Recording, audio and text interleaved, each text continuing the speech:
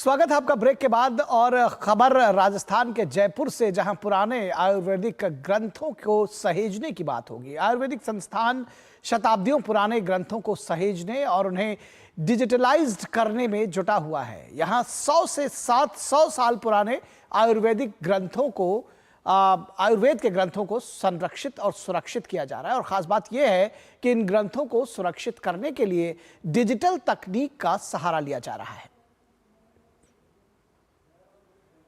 सैकड़ों वर्ष पुराने आयुर्वेद ग्रंथों को सहेजने में जुटा राष्ट्रीय आयुर्वेद संस्थान। पुराने आयुर्वेद ग्रंथों को डिजिटल तरीके से किया जा रहा है संरक्षित। जयपुर की राष्ट्रीय आयुर्वेद संस्थान में देश का एकमात्र पांडुलिपि इकाई मौजूद।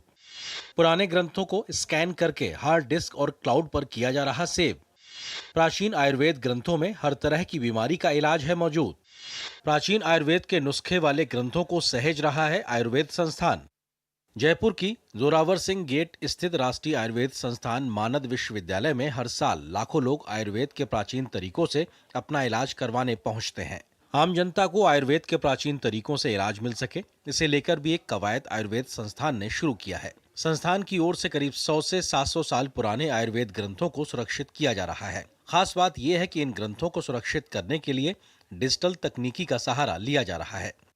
यहाँ पर विभिन्न जगहों पर, मंदिरों में, ट्रस्टों में, गिरजाघरों में, मस्जिदों में या व्यक्ति विशेष या किन्हीं घरानों में या जो हमारे म्यूजियम हैं उनमें जो पांडुलिपियाँ पड़ी हैं, हम उनका संग्रहण करते हैं और उनको डिजिटाइज करके, उनको प्रोटेक्ट करके, उनको डिकोड करके उनको पब्लिकेशन की कोशिश हम कर रहे हैं।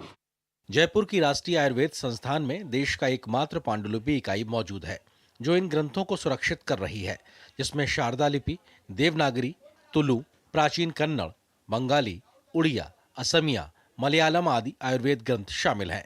इन प्राचीन ग्रंथों को सहेज रहे राष्ट्रीय आयुर्वेद संस्थान के प्रोफेसर असित कुमार पांजा का कहना है कि आयुर्वेद से जुड़े प्राचीन ग्रंथों को डिजिटल तरीके से सुरक्षित किया जा रहा है।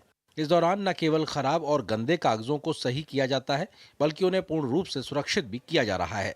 संस्थान के विभाग में कागज को जांचने के लिए लैब और ट्रीटमेंट की सुविधा भी उपलब्ध है। 1200 से लेके 2000 साल तक जो भी आयुर्वेद के ऊपर रिसर्च हुआ था, उस समय उनको पांडुलिपि में लिखा गया था।